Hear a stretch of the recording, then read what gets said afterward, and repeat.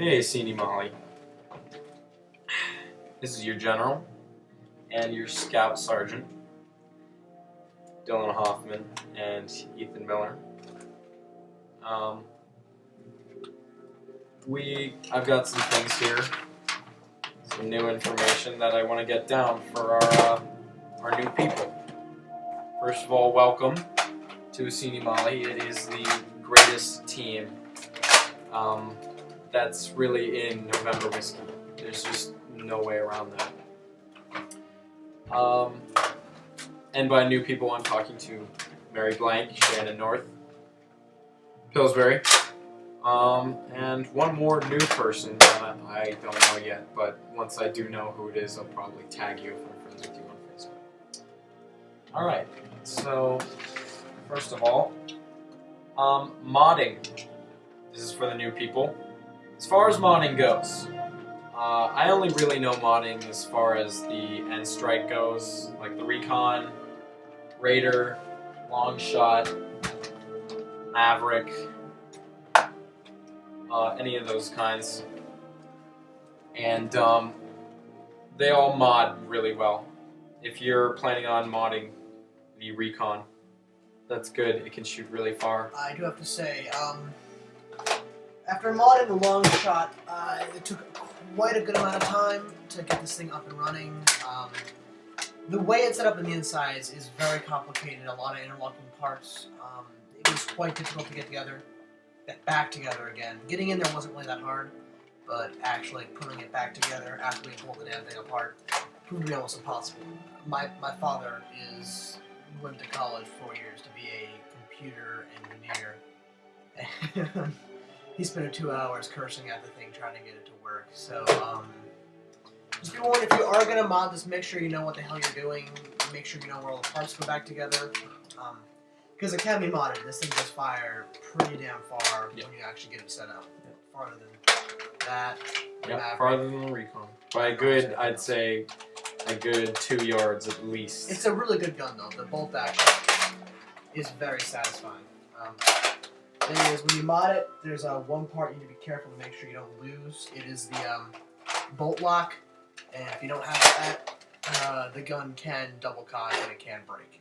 Not break, but it might destroy the gun. So, wear advice. All right. Also, we found this out. If you're using one of the newer Recons, you're gonna get one of these. These are streamlined darts. That's how they're normally known as. But we found out. They come with a long shot in the reader as well. Right.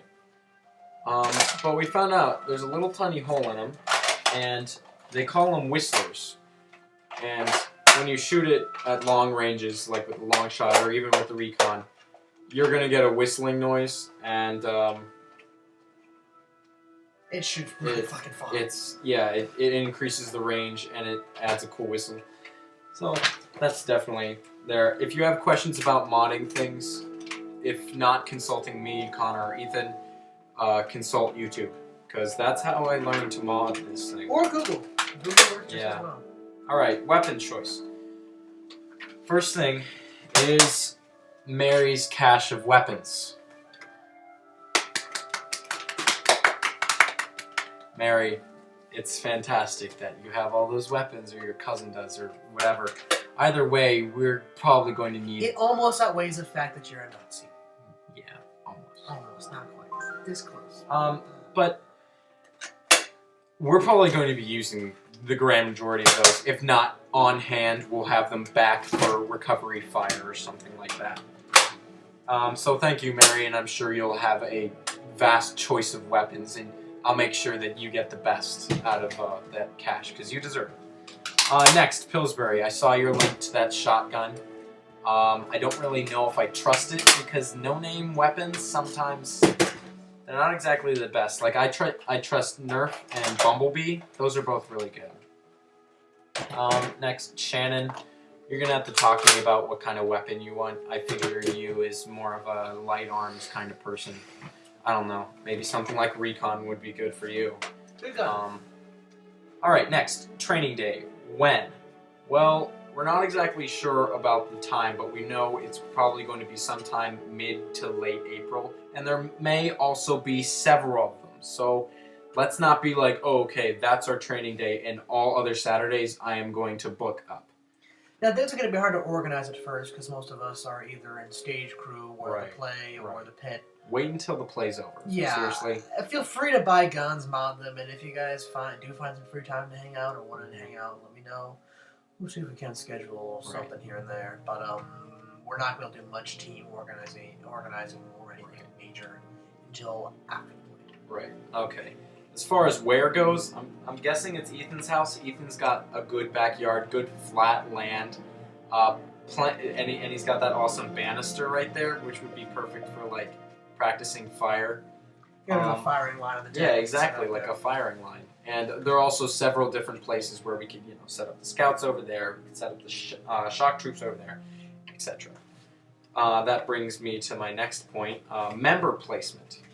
Now, since there are 12 members, or at least there will be, on Asini Mali, we have to talk about member placement. As I said earlier, Ethan is going to be the scout sergeant. There are going to be 4 different scouts.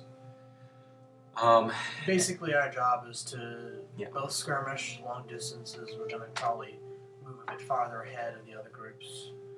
Basically, find enemies if we can find them cut off, or engage otherwise. Go ahead, take pot shots, take as many as we can. We're gonna find some way to signal the rest of the guys, sort of, hey, there's someone we can attack here, etc., etc., etc. We're gonna have mostly, if we can, longer range weapons. Yeah, longer range is really important if you're a scout. And the long shot. We probably want at least one person with the shield, machine gun or maverick combo, just to be safe. The other 3, we'll say those will. Anyway, this is all vulnerable to change over time. Right, exactly. Scrap ideas, new ones in. If you guys have any ideas for tactics or for weaponry or anything, let us know. And all right. And then there are the shock troops. Shock troops, they're my boys. They're my boys. I love you guys. I love you. Shock troops, for an example, Matt Diamond, Michael, of course, if you ever get that Berserker, which you must, after you pay me those $3. Shock troops are our golden boys. Scouts' job, one of their major jobs is definitely to watch out for those guys. Those are the guys who are going into the heat the most. Scouts can keep low and stuff and take some pot shots and things, whereas shock troops, they got to go in. They got to go in full, and they're going to be in view of the enemy. They just are. There's no way to get around that. They can take cover, but the enemy's going to know that they're there.